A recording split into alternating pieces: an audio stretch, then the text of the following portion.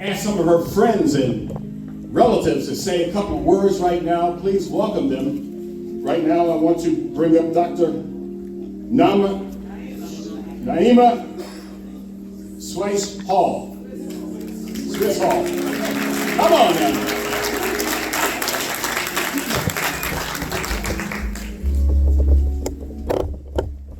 Hi, I'm Naima Swiss Hall, and this is my Aunt Louise. So there's a lot of things that, reflecting on her life, and lots of people knew all sorts of different sides of Aunt Louise. And one of the things as my Aunt Louise that I knew about her best was that she was such an adventurer. So the adventures that I had with her started when I was a really little kid. So my mom, my dad, and I, we'd fly into Chicago and visit my grandparents from upstate New York, and we'd be out there, and then I'd go on a trip within a trip and come into the city and visit my Aunt Louise. So this would be both the drive into the city, and then she'd let me explore her house and look around. And she had an exercise trampoline and a little bear that blew bubbles. So this was the highlight of all of the trip to visit her.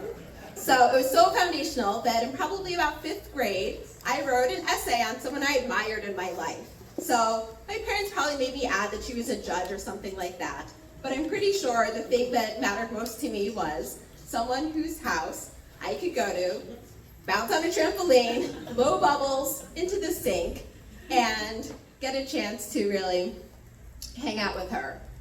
My mom had also mentioned that one of the things that I really liked about it was I was from a suburb of a small city. So sometimes we rode in a taxi, that was new. I discovered that people got pizza delivered, that was novel. And as well as there was a white hen pantry that was close to her house, so we could walk there and get snacks and come back. But it was such an adventure, it meant so much to me that she could take me, let me sleep over at her house, and get a chance to do that. Later on, the adventures with her got a little bit more global than just visiting Chicago, and she brought me on 3 of the National Bar Association trips. So in '95, we went to South Africa, and then we went to Brazil, and the trip to Tanzania and Kenya, all in the 90s. And it fostered in me a love of travel. So she was always a traveler. At that point, I'd never been outside of North America, and that was a chance. I was 14 when I first went to, or 15 when I went to South Africa the first trip. So these were high school trips, and I got to go on a chance to do these trips. Later on, I studied abroad in college. I went to Peace Corps afterwards, and a lot of that really started because I was able to go on these trips with Aunt Louise, and I really appreciate that. And when I think about the adventure for me was the trips. For her, I'm sure she appreciated the trips. I think part of the adventure for her was going on a trip with a teenager who's not your own across the world and not losing her. That's a lot of responsibility for. This is the only grandchild, and this is your niece, and you have to bring her around. And besides, teenagers are sometimes delightful, sometimes maybe not the best travel companions, but she still did it year after year, really, and I appreciate that so much. So in more recent years, she's been a great, great aunt to my kids. She sent them sparkles and shiny things and all sorts of things. This summer we got sparkly headbands for my daughter, and it's all been so meaningful. So when I think about Aunt Louise, and I think about moving forward, and I think about that sense of adventure, and what that means to be able to share that with others around me, and really make a difference and an impact on other people's lives. So, Thank you. I want to welcome with you a warm applause a young man who's a member. I'm the former president of the National Association of Black Journalists, and this young man began his career as a journalist, writing for the Chicago Defender, as well as many of those publications in Jamaica as well. He is the husband of Justice Hall. You know him well because he does those wonderful concerts and festivals in Washington Park that outdrew the taste of Chicago. Oh, he knows how to put the festival together. He and his wife have done very well. Please welcome, with your warm applause, Dr. Ephraim Martin, please. The husband of Special Child.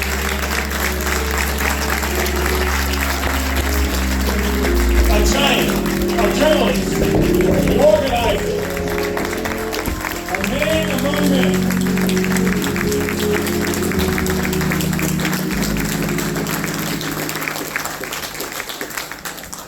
Thank you very much. Thank you very much. I want to invite some of the people who fought with us in some of our successes across the country and in Chicago, and the people who were supporting Justice Hall and myself in all our endeavors. And at this time, our own here person who I'm going to ask to join me here in the event I cannot go all the way, she can pick up for me. And those people played a key role in Martin's International and the Black Heroes Matter Foundation. So if you could just join me. First, on behalf of the family, let me say, I know it's listed under 2 minutes, but the story of my life, like you've been asking me to tell, is going to take far more than that, so I'm warning you. First, on behalf of the family, allow me to say a very special thanks to Justice Hall's caretakers over the last 2 years, especially Monique Arnold, special friends who have always been there with Judge Hall. I'm talking about Pastor Bacchus, Reginald Bacchus. Priscilla Hall is always here when there's a problem or when there is a call. Isabel Bernard, Merita Brown Miller, my own daughter Dana Martin, Dr. Naima Hall, and others. I want to say a very special thanks to her lifetime and childhood friend, attorney Joyce Tucker, for her most outstanding gift and donation to assist with her expenses for the funeral and to continue her social justice program and health and education program that she's always fighting for and doing. We want to say thanks to you, Attorney Tucker. And of course, if you want to see all the people and know more, just visit BLAQHeroesMatter.org. You have been asking for a while, oh, so many people have been asking, how did we get together and how we meet? But it started like this. The year was 1996. It was at the VIP reception to launch a Universal Soul Circus coming to Chicago for the first time. There we exchanged business cards and agreed to meet for dinner later in that week. At the dinner, the judge, who I just met, knew so much about me, more than I could remember. About myself, it was like a media interview, but it was scary. On this date, she started off by telling me about my life. Then asking questions I could hardly get a word in. She began like this. So in your teenage, you're working for the world's oldest newspaper in 1974, the Green and Star. And she asked the question, were you the youngest photojournalist? And how old were you when you started? What it was like covering Fidel Castro and Queen Elizabeth and Samora Machel of Africa, and of course, President Nyerere from Tanzania. And she continued wanting to know more about my involvement around the world in that respect. It is true. She wanted to know, is it true that the first time you came to this country was in 1979 at the United Nations with Fidel Castro? She also wanted to know about August 1980, when I was at the Democratic National Convention in New York, how did I get to Chicago? She wants to know who was Peggy Smith Martin, who invited me here for the conference I came to. And was it Peggy Smith Martin who helped to get me to the Chicago Defender from my other newspaper, which I didn't leave really. But it continued. I thought we were on I told her I thought we were on a date. This is not going to work. It's not going to work. Because you're a judge. And I'm scared. Can we continue this conversation another time I have it? She said, no. She replied, it's okay. You have a unique life. I started to wonder, why is this judge digging into my life and know so much about my history and in a few days? She continued, this is what I like about you. In 1982, you started the Martins International Foundation as a movement for the freedom of Nelson Mandela, to end apartheid and freedom and democracy in the world. I interrupted her and said, your research on my life is in 2 days, and your line of information and questioning tells me our date is not going to work. But maybe we can be friends. She replied, I am sure you do not understand me. I am a judge, not who you think I am. You are a brave person, she said.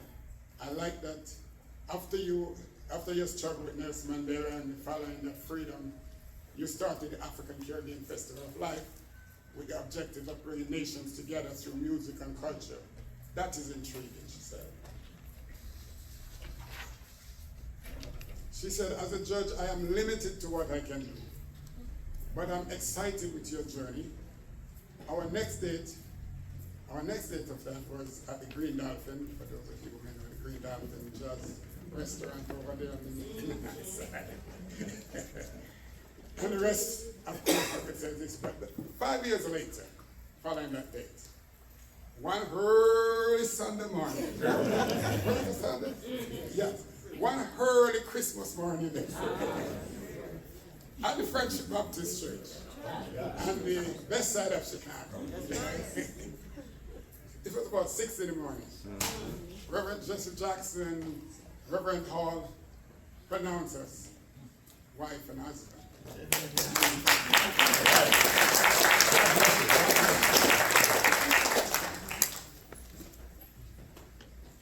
Now, moving forward.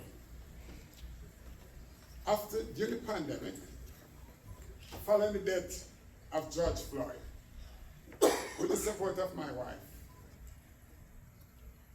I immediately called the governor of Minnesota, Tim Walz, and we were asking for him to do something about the police officers. 2 days later, the governor sent us a letter to say there's nothing that can be done. We have to wait our turn. We have to wait the process. Of course, all around the country and the world, our blood was running so hot that we could not let it go. So, on July 1st and May, we called Congressman Donnie Davis. Wow. And we told of our objective for this hour. We also called President Tony Preckwinkle, and we called WPO and Peter Cooper, calling for change in Chicago, calling for a street for Jean-Baptiste Point de Sable, a 25-foot monument for de Sable, and of course, we wanted a city holiday, but also we wanted an end to the postal zip code system for our people. Among other things we asked, and our Judge Hall, my wife, she couldn't do much in certain areas, but she said, before you do this, let's add the word Black Heroes Matter Coalition to our foundation, Martins International. And so we amended it with the state and we start the Black Heroes Matter Coalition. Because of the pandemic, we shouldn't be out on the street, really. And my wife warned that it's dangerous. You're taking a serious chance, but I'm with you. And before long, we had over 30 organizations with the guidance of Justice Hall taken to the street. July 4th, 2021, we marched down Michigan Avenue, thousands of us, calling for change and calling for the Saba Lakeshore Drive. And I say, lots of you were there at the time. But after that time, we were able to rename Lakeshore Drive as Jean-Baptiste Point de Saba Lakeshore.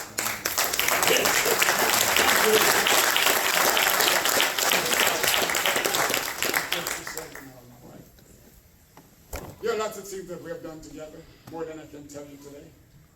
But when you get the chance, just go to the BLAQHeroesMatter.org and you can learn more and support our project whenever possible.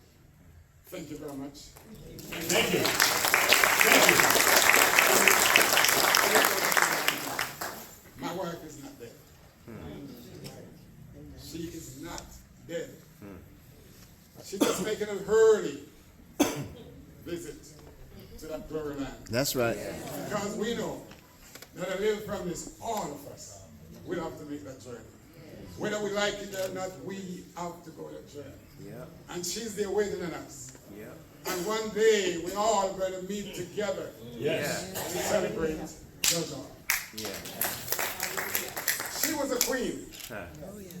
And just last March in Florida, we honored 4 people in the music industry with a crown. But she's a real queen. So on this day, we're going to return that favor.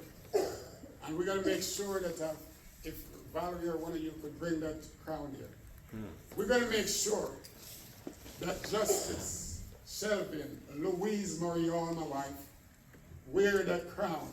Yes. Leave it Absolutely. here. So, Dana, my daughter,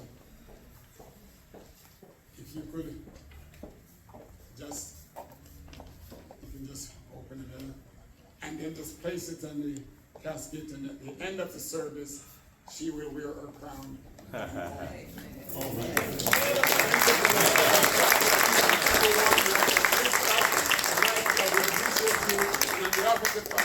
Thank you all for coming out. Amen.